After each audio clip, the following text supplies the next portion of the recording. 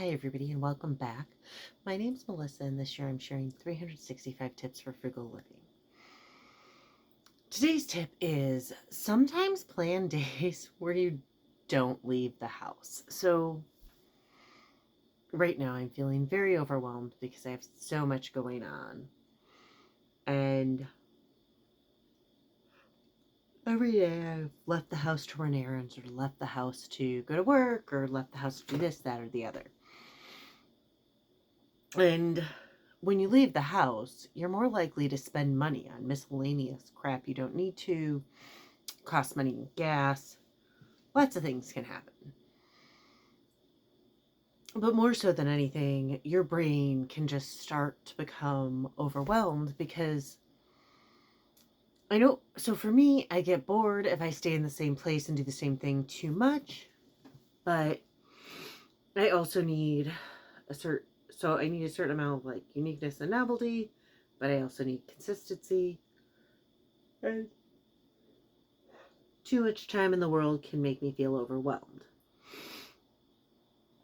So, I took my car in yesterday to get checked because the check engine light came on, and I can't remember what it's called. It's like this little thing with all these little holes in it. It was like a code 420.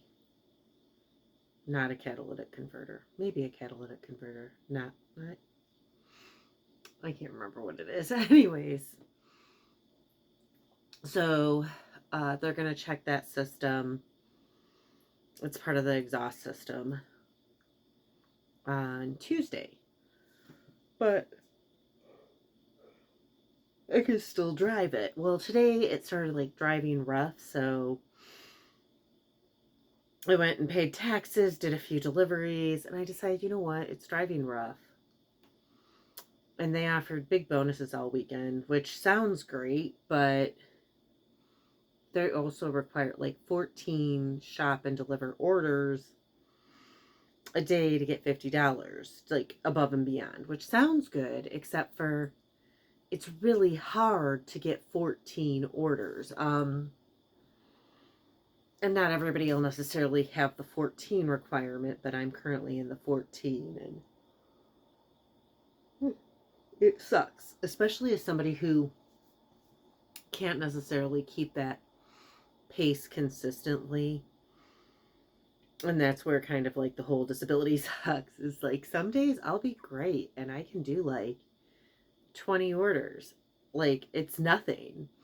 And other days 10 is a struggle. Not just like because of the type of order. Some days it's just like my brain's not functioning as well. Anyways, I am totally off on a tangent again. Apparently my brain's not functioning that great tonight. So sometimes having those days to just stay home, center yourself, get your stuff done. Because the more overwhelmed I become, the less functional I'm becoming. I am, like today, I stopped and bought Chili's on the way home because I wanted their ranch dressing. Honestly, I probably should have just called and seen if I could get their ranch dressing. It's like a very specific flavor. I feel like mod ranch dressing and chili ranch dressing are the same. Or like similar enough. But you can't just buy it in a grocery store. So, which is, it's just not necessarily like the smartest choice. It's not something I tend to do. But I was tired, I was cranky, and since I'm uncentered and I haven't had that time at home to get everything done, I spent money. I did have to go no matter what to go pay my taxes. I don't trust mailing it in. I've had it too many times where it has gotten lost. But since the car was running rough and since the big bonus opportunities are going to make it difficult to get any orders tomorrow, I decided that I'm going to take the rest of the weekend off. And I have all the food I need, so I don't have to go to the grocery store. I'm I will have to go to the library one day this week, but the library is free and it doesn't make me like, whatever. So uh, I am going to essentially spend the week at home, cleaning the house, uh, getting the yard work done, doing all of that instead of, you know, being so exhausted because it's my one day off work and everything else. So sometimes, sorry, I'm very yawny tonight. You just need to say, no, I can't go out. No, I can't do this. Arrange it. If you're working a lot, arrange it so your grocery shopping is done right after work, so you can have that day where you don't leave the house and you don't spend money and you like just can let your brain refocus itself, relax, and just kind of recenter so that you can keep up with your values, whatever they are. Because, even if you're an extrovert and not introverted at all, you definitely need to take that time and take a break and take time for yourself where you're at your home. Unless your home is not a safe place for you, and then that might not be the best place to be doing it, but most people it is.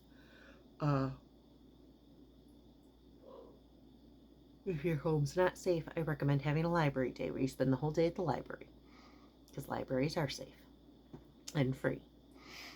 But just don't spend money, don't go out, chill at home, don't jump online. Tomorrow I'm going to be avoiding Facebook, avoiding social media. I'll probably check my YouTube comments, maybe not.